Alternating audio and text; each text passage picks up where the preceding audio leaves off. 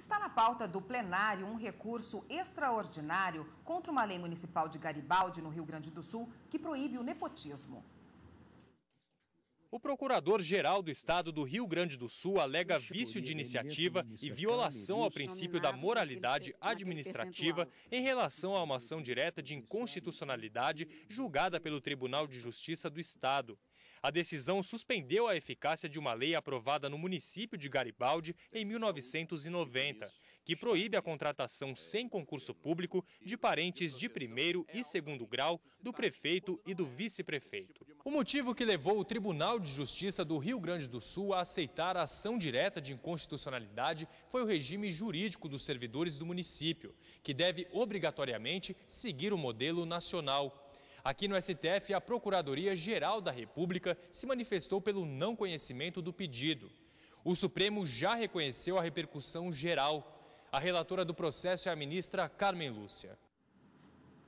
E aqui no estúdio está a consultora jurídica da TV Justiça, Gisele Reis, que vai explicar para a gente os processos da pauta de hoje do plenário do Supremo Tribunal Federal. Boa tarde, Gisele. Boa tarde. Gisele, o Tribunal de Justiça do Rio Grande do Sul entendeu que a lei municipal sobre o nepotismo é inconstitucional. Por quê?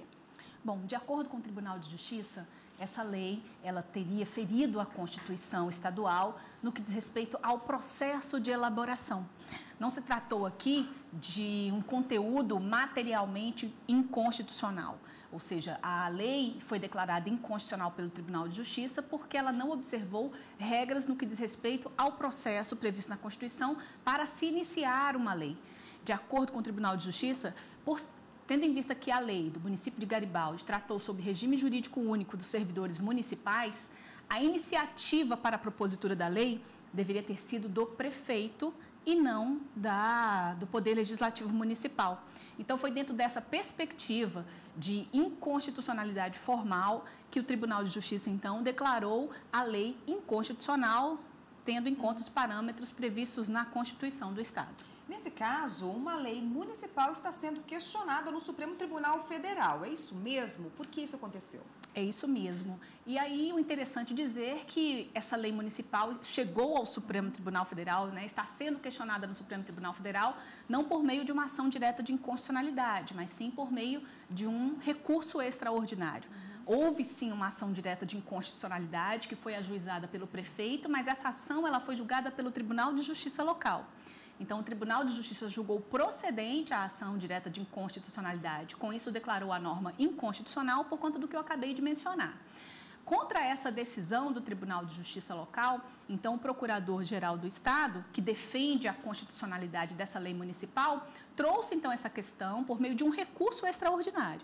Então, o Supremo Tribunal Federal, ele não pode analisar a constitucionalidade de lei municipal por meio de uma ação direta de inconstitucionalidade. Esse controle de constitucionalidade de leis municipais, ele é feito normalmente nos tribunais de justiça locais. Agora, aquela decisão do Tribunal de Justiça local, se ela afrontar a Constituição Federal, aí sim é possível trazer a causa para discussão ao Supremo por meio de um recurso extraordinário, na medida em que o Supremo Tribunal Federal só tem constitucionalidade para apreciar essa questão de consonância ou não com a Constituição Federal de leis estaduais. Ok, Gisele. E o plenário do Supremo Tribunal Federal também deve finalizar o julgamento de um recurso extraordinário do Ministério Público de Santa Catarina. O MP catarinense tenta reverter decisão do Tribunal de Justiça do Estado que reduziu a pena de um motorista infrator. Em discussão, processos em andamento podem ser considerados como maus antecedentes? O réu foi condenado por dirigir em alta velocidade com sinais de embriaguez. O Ministério Público catarinense pretende anular a decisão do Tribunal de Justiça, que entendeu que processos ainda sem julgamento definitivo não podem ser considerados como maus antecedentes para agravar a condenação. E, por isso, reduziu a pena do réu.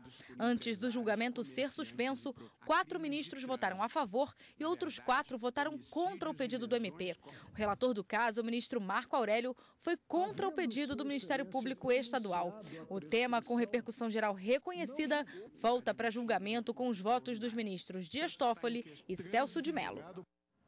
Nesse caso, Gisele, a lei dá diretrizes para a fixação da pena? Existe, sim. Na verdade, quando eu tenho um juiz aplicando a pena àquele infrator, Ele tem que pensar na pena suficiente tanto para a reprovação daquele ilícito criminal que foi cometido, como também como uma forma de prevenção. Ou seja, olha, cuidado, ela serve como, de certa forma, como um exemplo para que as demais pessoas não incidam na mesma prática. Então, a própria legislação penal, ela estabelece quais são os critérios que orientam o juiz na hora dessa fixação da pena. Então, o artigo 59, em especial, do Código Penal, ele estabelece que o juiz ele vai atender a algumas circunstâncias, como, por exemplo, a culpabilidade aos antecedentes daquela pessoa que está sendo acusada de cometer o ilícito penal, personalidade do agente, motivos, circunstâncias e consequências do crime. E também, até mesmo o comportamento da vítima é levado em consideração no momento da fixação da pena. Então, o nosso sistema brasileiro de fixação da pena estabelece que é um sistema trifásico, onde o juiz ele vai estabelecer primeiro uma pena base, e aí ele vai ter como parâmetro o mínimo e o máximo de pena previsto no Código Penal em relação àquele ilícito penal. Logo depois, ele pode, então, sopesar as circunstâncias atenuantes, circunstâncias agravantes, e, no final, ele vai fazer um cálculo se há ou não causas especiais de aumento ou de diminuição de pena. Então, há um cálculo matemático que se chega a partir desses critérios que são estabelecidos pelo próprio Código Penal, e a partir daí se chega, finalmente, ao que se chama de dosimetria da pena, a pena final, a pena definitiva que vem a ser fixada. Gisele, qual é o reflexo do princípio da presunção de inocência em relação a esse tema? A grande discussão deste recurso extraordinário reside exatamente neste princípio, também chamado de princípio da não culpabilidade. É por meio deste princípio previsto na Constituição Federal que as pessoas, ainda que estejam respondendo a processos criminais, elas são consideradas presumidamente inocentes. Ou seja, nenhuma consequência de uma sentença penal condenatória pode advir enquanto não existir uma sentença penal condenatória irrecorrível. O que significa dizer que, e aí é o que a defesa argumenta nesse recurso extraordinário, é que processos criminais em andamento que ainda não foram concluídos, ou seja, ainda estão sendo discutidos por meio de um recurso ou ainda não houve uma sentença definitiva, eles não poderiam, então, ser considerados como antecedentes por afronta a esse princípio da não culpabilidade. Obrigada, Gisele. Chegou a hora do Juridiquês de hoje.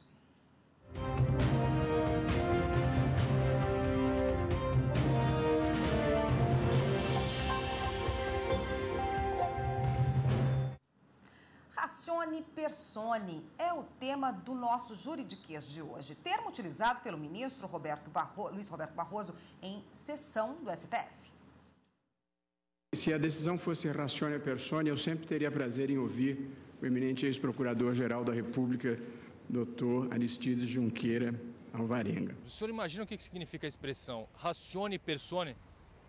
Não. Não faço ideia. Eu não sei nem te responder, porque é uma palavra muito pouco pronunciada, né? No sentido assim, racional, não? Eu sou professora, mas no momento não deu para me identificar. Fala para mim que eu te digo.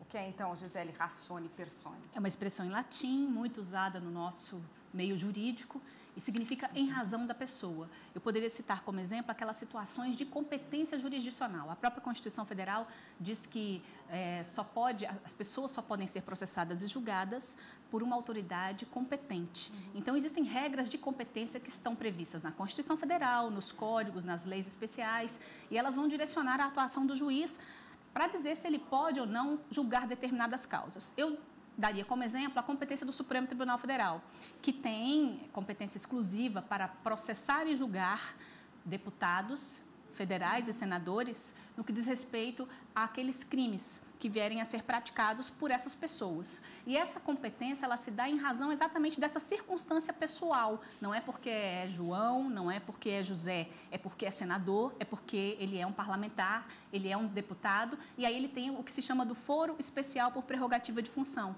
Ou seja, por conta dessa função exercida por aquele parlamentar, ele tem, então, essa prerrogativa de ser julgado exclusivamente pelo Supremo Tribunal Federal. Essa competência do Supremo Tribunal Federal, ela é fixada em razão da pessoa, o que se chama de competência ratione persone. Tá ótimo, obrigada pelos esclarecimentos, Gisele, e até semana que vem. Até.